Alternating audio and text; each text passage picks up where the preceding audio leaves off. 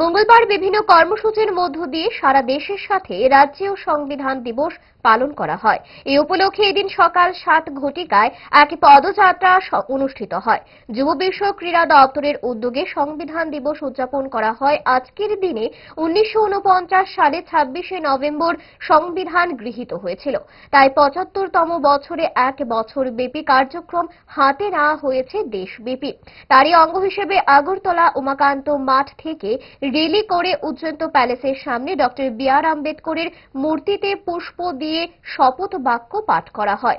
উপস্থিত ছিলেন অর্থ দপ্তরের মন্ত্রী প্রণজিৎ সিংহ রায়, যুব বিষয়ক ক্রীড়া দপ্তরের মন্ত্রী টিঙ্কু রায় সহ অন্যান্যরা।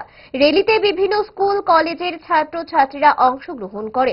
সকাল 11টায় রাজ্যের স্কুল কলেজ অফিস সহ রাজ্য সরকারের বিভিন্ন দপ্তরে সংবিধানের প্রস্তাবনা পাঠ করা হয়।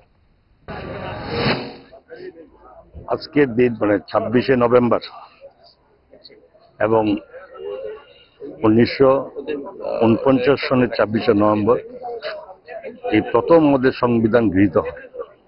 এটা আমরা সকলে জানি যে গৃহীত হয়েছিল কিছুটি অনুচ্ছেদের উপরে, কিন্তু সেটা স্বাভাবিক সমস্ত এবং সম্পূর্ণভাবে এটা শুরু হয় আমাদের 1950 সনের 26শে জানুয়ারি। এটা আমরা সকলেই এটা প্রজাতন্ত্র দিবস পালন করি। তো আজকের এই সংবিধান দিবস, এই দিনটাকে পালন করা, এটা কতটা আমাদের দেশের জন্য এবং দেশের যুব সমাজ থেকে শুরু করে দেশের মানুষকে সচেতনতা করা, এটা আমাদের এই মূল উদ্দেশ্য।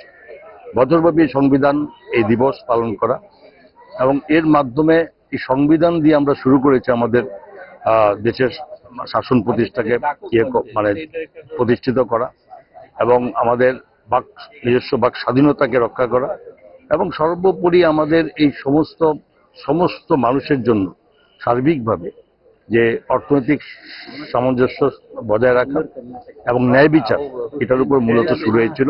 দোষ আপনার ফুড হ্যাবিটের নয়, ভেজালে। সেই মায়ের আমল থেকেই তারা 5 দশক ধরে গ্যাস, অম্বল ও পেটের সমস্যার একমাত্র সমাধান গ্যাস নল।